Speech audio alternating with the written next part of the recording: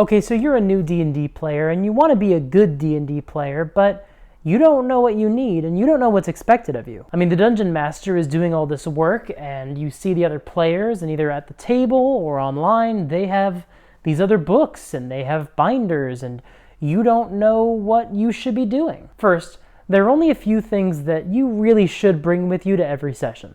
Dice, your character sheet, some sort of writing utensil, some way to take notes, and your attention. And if you're playing in person, I'll add a sixth: snacks. The DM did all the work in advance. It's only fair you go to the supermarket and grab a bag of potato chips or some orange slices. And that's it.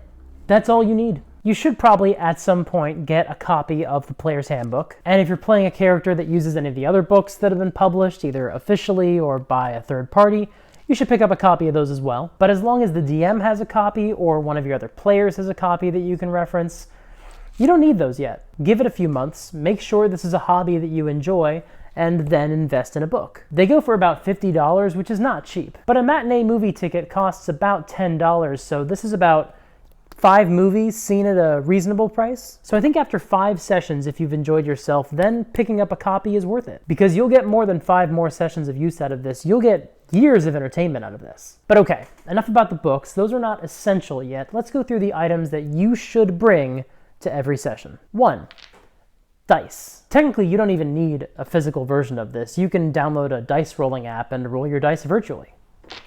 But dice are fun. Dice are one of the first and one of the easiest ways to express yourself and your character.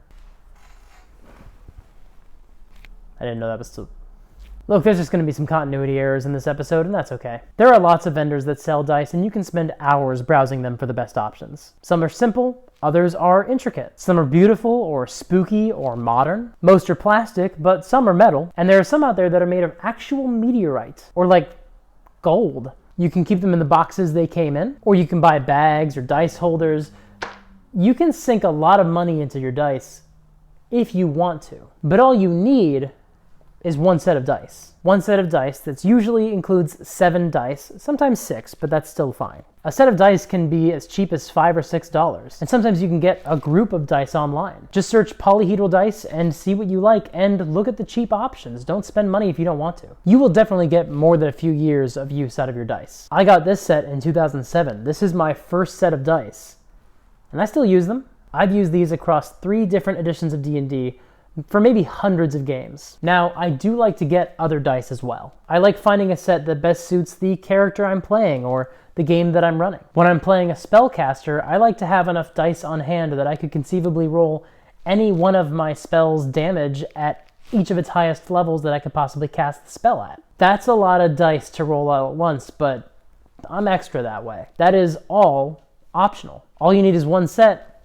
and you're good to go. 2, your character sheet. I've had players who hand their character sheets off to me in between sessions, so I can bring the sheets with me next time I come to the game. Now that's totally understandable. I've had players lose their character sheets in their house before, or in one case their character sheet was tucked into their player's handbook and then the cat peed on the book and ruined both. If you have pets, try to keep your D&D stuff as far away from them as possible because your pets don't care how much the books cost. And if giving a character sheet to your DM is the solution that works for you, then go for it. But I still recommend you at least take a picture of your character sheet or have a digital copy online. Or just create your character sheet using D&D Beyond, and that way you can access it on your phone or iPad or computer. We'll talk more about this site later, but you could make a character for free and then you'll never need to worry about losing the sheet. But if you're going to have a physical sheet, whether or not the DM has it or you keep it, I recommend you have a copy on your phone or take a picture or have a backup somewhere. Because if the only time you think about your character is when you're playing, you might not think about the game between your sessions at all, which is fine. You don't have to. But if you think a little bit more about the game and the potential for where the story could go in between sessions, you're going to have a much more rewarding experience by sharing those ideas with your DM in between sessions. You could potentially end up having an entire side adventure in between games by sharing these ideas with your DM. So having a copy, having something you can reference, even if it's just on your phone, that will give you the opportunity to still think about the game and think about your character outside of play. And that can lead to more investment in the game, which can be a really wonderful thing. Number 3, some kind of writing utensil. I like pencils. Pens are good too. Number 4, some way to take notes. Not everybody takes notes, and that's okay. Some of the most famous D&D streams are full of people going, this campaign, this time I'm actually going to take notes. And then they don't. But I encourage you to try it, because at the very least, if you go back and you see what notes you took, you'll find out what elements of the campaign were most important to you. I love notebooks, physical notebooks. And I love that during a game, I can use a specific notebook to reflect a specific character, and using that notebook as a sort of totem to represent that character. But again, I'm kind of extra.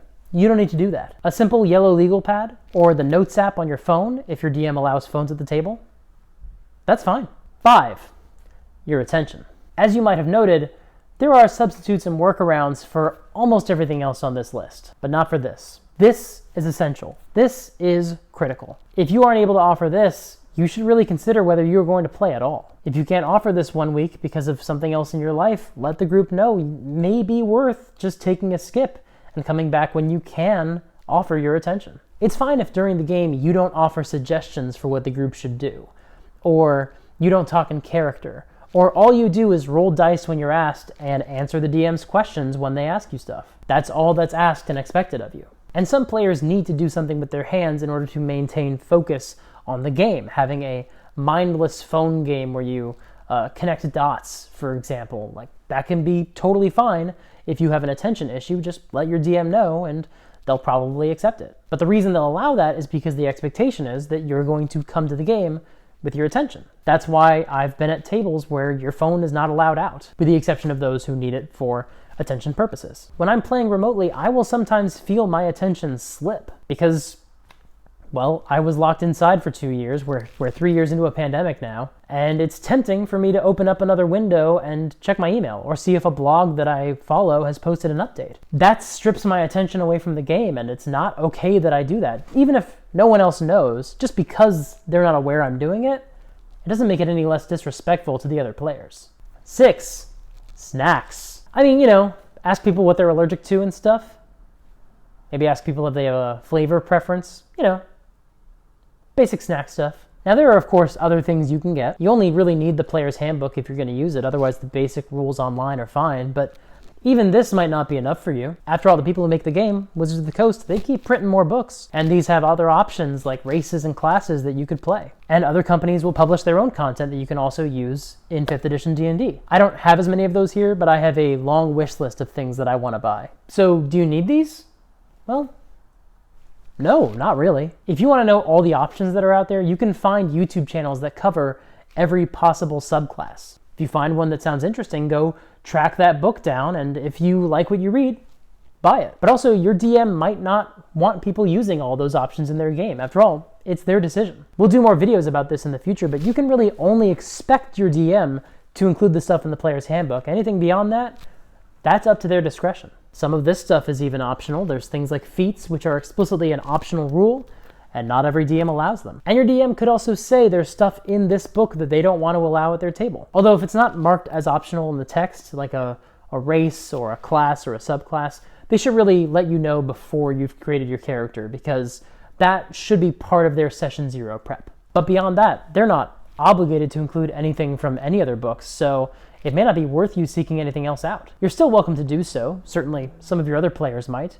You can go find one of these books, find a subclass or a race you like, and ask your DM, would you be okay with this? That's part of the game. That's part of the grand tradition of D&D, especially for 5th edition. But by no means should you feel pressured that you have to do that. These are optional. And if there's not something in here that excites you, skip them. Well, what about an online resource like D&D Beyond? Well, it's a great service. I love D&D Beyond, but it does involve you buying digital copies of these same books if you want to interface with their content, which means, effectively, if you want to use anything from the player's handbook, you have to buy it on the website. If you have a physical copy and a digital copy, that's almost $100 you've spent on one book. And imagine that across a dozen books. Fortunately, if any of your fellow players has a book, you can all share content with each other. That's a nice feature of D&D Beyond. But we don't know if they're going to make major changes to their UI that makes it basically unplayable, because for those who are just starting D&D now, D&D Beyond used to be really bad. It's come a long way in a very short amount of time, but it was bad when it started. Plus, due to the nature of D&D Beyond having their license with Wizards of the Coast, they can only support Wizards of the Coast product. If I go get something from Kobold Press or MCDM, I can't put it into D&D Beyond without a lot of work. So in some ways, that website is not as robust as this. With these, I can get something from Kobold Press or Level Up 5e or Ghostfire Gaming, and if I want to keep playing D&D with the same rules and the same character sheet, I can add whatever else I want from any other source without having to manually input everything into a website. Heck, if my DM's cool with it, I could add a subclass from Reddit on here. Nothing wrong with that. What about miniatures? You could go to a hobby store or go online and buy a miniature that represents your character. Well, I don't use them as much anymore, but you can. You can even go to a website like Hero Forge and design a custom character and order a mini in multiple different substances. That's wonderful, but again, minis are optional.